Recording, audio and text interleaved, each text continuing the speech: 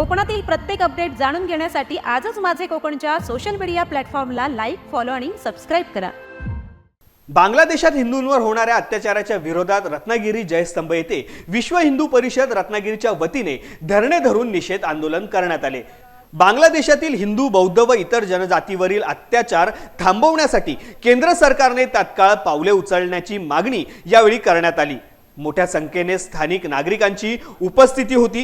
यावेळी रत्नागिरीचे माजी पालकमंत्री आमदार उदय सामंत व राजापूर विधानसभा मतदारसंघाचे नवनिर्वाचित आमदार किरण सामंत यांची उपस्थिती होती। त्यांनी धरणे आंदोलन ठिकाणी भेट दिली।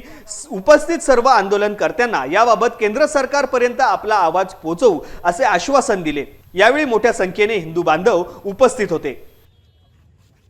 तसा आपल्याला देखील हिंदू म्हणून आपल्या धर्माचा अभिमान आहे आणि म्हणून एखादी गोष्ट जर पटत नसेल तर लोकशाहीच्या माध्यमातून काही गोष्टी सांगायच्या असतात। परंतु ज्या पद्धतीने बांगलादेशमध्ये आपल्या भारतातल्या सगळ्याच अल्पसंख्याकांवर जो अत्याचार होतोय तो खरोखरच निषेध करण्यासारखा आहे। आणि या आंदोलनामध्ये अजून एक सप्रे साहेब मला इथे सांगितलं पाहिजे, काल जो कर्नाटकमध्ये एक प्रकार घडला तो देखील निंदनीय आहे।